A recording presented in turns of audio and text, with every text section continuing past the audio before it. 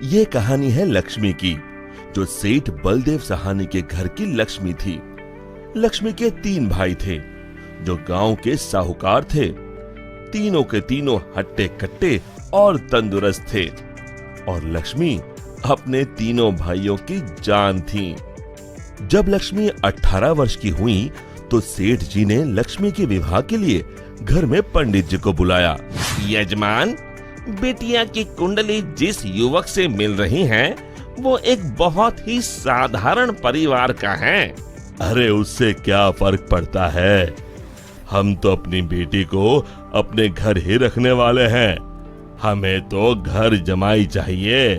लेकिन यजमान, मुझे नहीं लगता कि ऐसा कुछ संभव है, ये युवक घर जमाई नहीं बनेगा।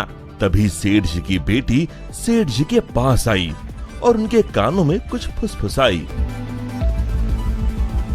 उसकी बातें सुनकर सेठ जी के चेहरे पर मुस्कान आ गई।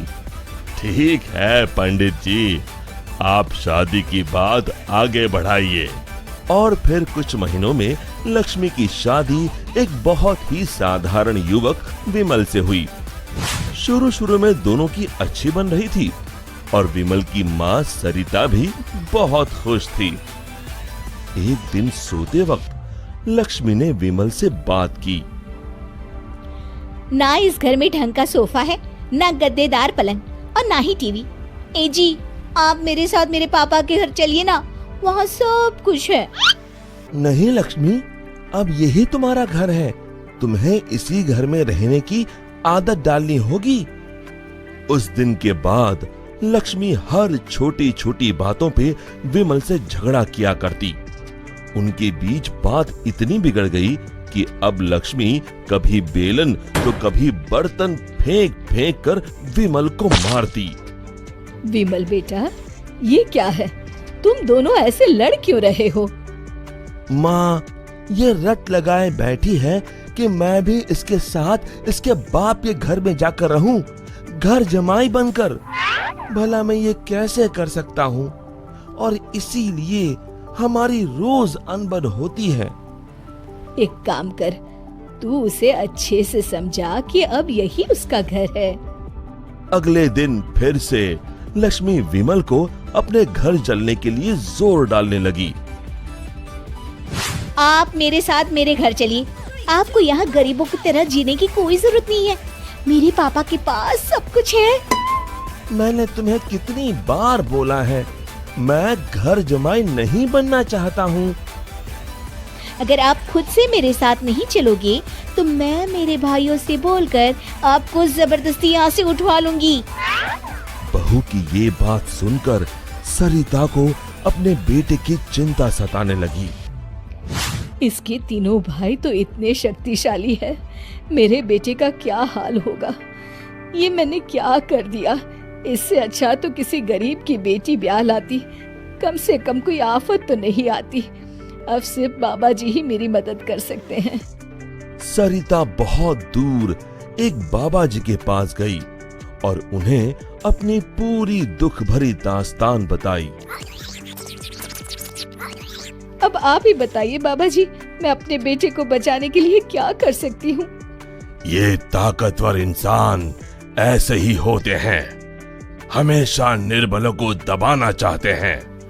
अब सिर्फ गुफा में रहने वाली डायन ही तुम्हारी मदद कर सकती है, सिर्फ वही तुम्हें ताकतवर बना सकती है, जिससे तुम अपने बेटे को बचा सकती हो। बाबा जी, मुझे ये डायन कहाँ मिलेगी? वो उत्तरी दिशा में मिलेगी, लेकिन उससे मिलने से तुम्हारे प्राण भी संकट में आ सकते हैं। अपने बेटे की जान बचाने के लिए मैं कुछ भी कर सकती हूँ। सरिता उत्तरी दिशा में निकल पड़ी और गुफा तक पहुँचते पहुँचते उसे रात हो गई। कोई है यहाँ?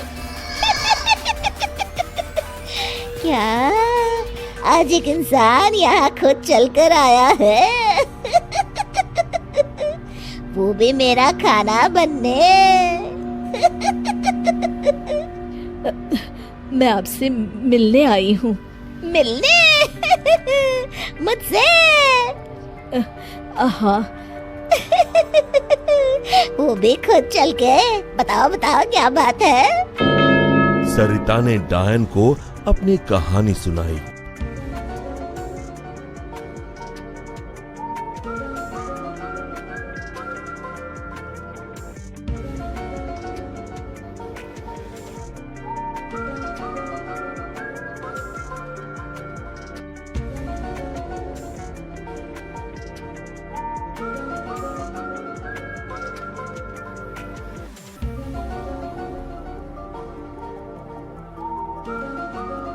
उपाय तो है लेकिन बहुत कठिन है।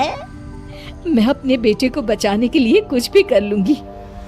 तुम्हें मेरा श्राप अपने ऊपर लेना होगा, जिससे मेरी सारी शक्तियाँ तुम में आ जाएंगी। तब मैं आजाद हो जाऊंगी और तुम डायन बनके यहीं गुफा में रहोगी और ना ही सूरज की रोशनी में निकल सकोगी बाहर, क्योंकि डायन की शक्तियाँ सिर्फ रात को ही काम करती हैं। क्या तुम्हें ये मंजूर है? विमल को बचाने के लिए अगर मुझे डायन भी बनना पड़े तो मंजूर है। डायन ने कुछ जादू किया और डायन की सारी शक्तियां सरिता में चली गईं और अब डायन आजाद होकर एक औरत बन गई और सरिता डायन बन गई। यहाँ पूरा दिन हो गया था। विमल ने गांव में जाकर माँ को ढूंढा, लेकिन माँ कहीं नहीं मिली। रात को वो घर पहुंचा तभी लक्ष्मी उस पर बरस गई। ये सब सरिता अपनी शक्तियों से देख रही थी और उसी समय सरिता डायन के रूप में वहां पहुंची। सरिता को डायन के रूप में देखकर उसके पैरों से मानो जमीन खिसक गई। सरिता जोर जोर से हंसने लगी।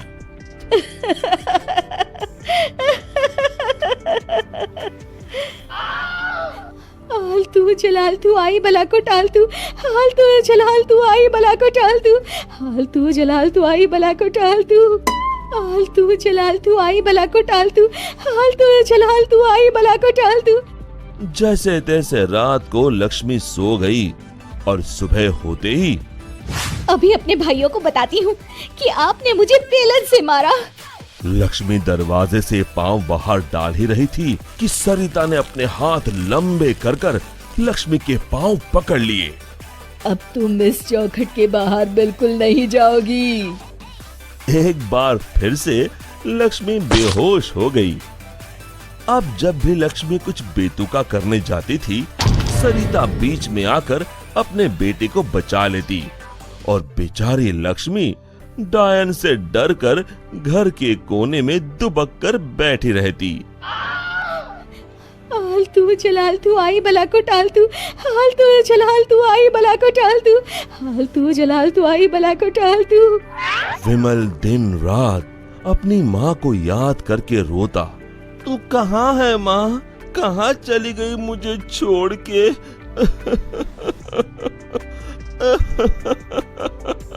बेटा विमल, मैं यही हूँ तेरे पास, लेकिन इस डायन के रूप में।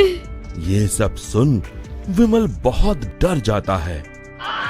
डर मत बेटा, बस मुझसे तेरा दुख नहीं देखा जा रहा था, इसलिए मुझे ये सब करना पड़ा। ये सब पीछे खड़ी लक्ष्मी सुन रही थी। तभी सरिता ने उसे अपनी शक्तियों से दीवार पर लटका दिया।